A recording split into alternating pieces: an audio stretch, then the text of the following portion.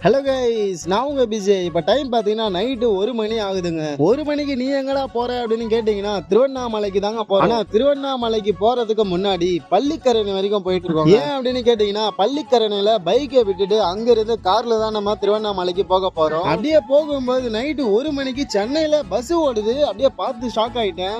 Night 1 மணிக்கெல்லாம் bus ஓடுதா அப்படின்னு சொல்லி. ஆனா நைட்ல டிராவல் பண்றதே ஒரு தனி சுகம் தான். ரோடு பாருங்க எவ்வளவு காலியா இருக்கு அப்படின்னு சொல்லி. ஆனா இந்த டைம்லயும் சில பேர் டிராவல் பண்ணிட்டு தான் இருக்காங்க நம்மள மாதிரி. அப்படியே டிராவல் பண்ணி பள்ளிக்கரணை வந்துட்டோம்.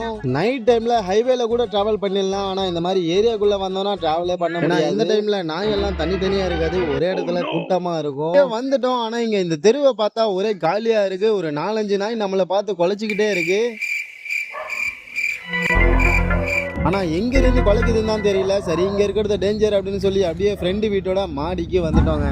ஆனாலும் அந்த நாய் குலைச்சிக்கிட்டே இருக்கு. நம்மளை பார்த்து குலைச்சுதா இல்ல பேய் ஏதாவது பார்த்து குலைச்சுதான்னு ஒண்ணுமே புரியல. சரி, எதுவா இருந்தாலும் கொஞ்ச நேரம் நெஞ்ச கல்லாக்கி கடா அப்படின்னு நினைச்சுக்கிட்டு ஃப்ரெண்டு வந்து அப்படியே கார் எடுத்துட்டு சிட்டுன்னு கிளம்பிட்டோம். கிளம்பிட்டு ஒரு டோல்கேட் கிட்ட நின்று டீ குடிச்சிட்டு அங்க இருந்து திருவண்ணாமலையும் வந்துட்டோங்க.